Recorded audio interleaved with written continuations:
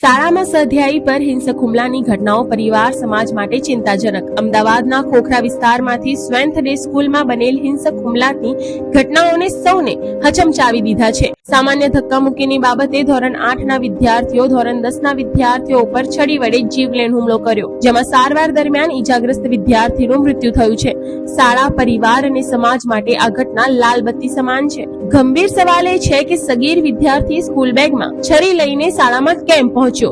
ધક્કા મૂકીની નાની વાતમાં તે હિંસકતા પર કેમ ઉતરી આવ્યો? આ ઘટના બાદ રોષે ભરાયેલા વાલીઓએ શાળામાં પહોંચીને તોડફોડ કરી। પોલીસ સાથે પણ ઘર્ષણ થયું। શિક્ષણ મંત્રીએ સમગ્ર ઘટના બાબતે તપાસના આદેશ આપ્યા। આ ઘટના માતા પિતા, શાળા સંચાલકો અને સમાજ માટે ગંભીર ચિંતનનો વિષય છે। છેલ્લા થોડા સમયમાં સગીરોમાં આ પ્રકારની હિંસકતાના અનેક બનાવો બન્યા છે, જેમાં વિડીયો ગેમના પ્રભાવમાં પોતાના શરીર પર કાપા મારવા, સોશિયલ મીડિયાથી થયેલ દોસ્તીમાં ઘર છોડીને ભાગી જવું કે નાની વાતમાં જીવલેણ હુમલો કરવાના કિસ્સા સામેલ છે, જેની પાછળ મુખ્ય કારણોમાં નોકરી, વ્યવસાયમાં વ્યસ્ત માતા પિતા, માનસિક તણાવ અને આત્મવિશ્વાસનો અભાવ જવાબદાર છે। આ સમસ્યાનું નિરાકરણ શાળાઓમાંથી નહીં પરંતુ ઘરમાંથી શરૂ થવું જોઈએ। દિવસમાં એક ચોક્કસ સમય બાળકને ફાળવીને પરિવારજનોએ પ્રેમ, સહનશીલતા અને માનસિક ટેકો આપવો જોઈએ।